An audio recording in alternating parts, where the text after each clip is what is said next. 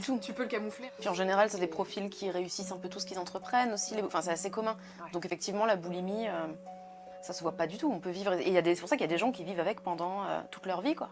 Et même l'entourage, bon alors après les gens parfois ferment un peu les yeux, mais ça se camoufle, on met des stratégies au point, on a beaucoup d'imagination aussi. Hein. Il y a le moi pour les autres qui est social, qui est souriant, qui est joyeux, qui est tout ça, et qui est vrai, hein, qui est vrai aussi. Et il y avait le moi intérieur qui était seul, en souffrance. Donc oui, effectivement, il y avait cette Dualité, ouais. cette dualité à l'intérieur. Ouais.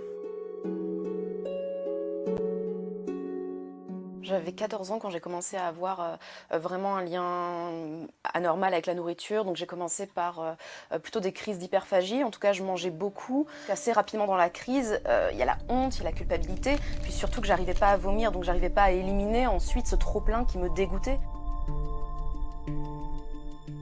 Puis finalement, un jour, j'ai su vomir, tout simplement. Et du coup, quand je suis partie dans mon appartement vivre seule avec la boulimie du coup, là ça a été l'enfer, ça a été les pires années vraiment. Là je faisais que des crises de boulimie, là des vraies crises de boulimie avec une quantité de nourriture que je mettais au moins 1 heure à avaler souvent, tellement il y en avait, quasi quotidiennement.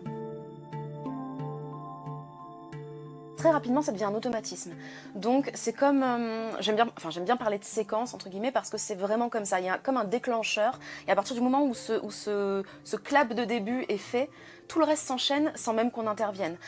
C'est vraiment un état de transe complètement. Les moments de solitude étaient consacrés à manger, vomir. Donc c'était ça un peu le déclic. Je vais me retrouver seule, donc je vais faire des courses.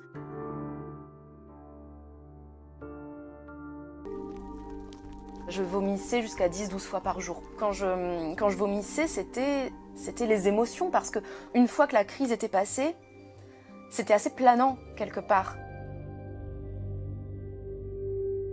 Et le médecin m'a dit, j'en ai encore un peu des frissons, il m'a dit voilà, que je risquais l'arrêt cardiaque en fait. Quand je suis sortie du bureau du médecin, j'ai pleuré, pas seulement parce qu'il venait de me dire que j'allais devoir prendre des médicaments pour mon taux de potassium pour éviter l'arrêt cardiaque, mais parce que je savais que ça n'allait pas m'empêcher en rentrant chez moi de faire une crise de boulimie et de vomir. Moi je voulais pas mourir, moi j'avais envie de vivre, vraiment, j'avais envie de faire des projets et j'avais envie de guérir, mais ça me semblait impossible, ça me semblait inaccessible, vraiment.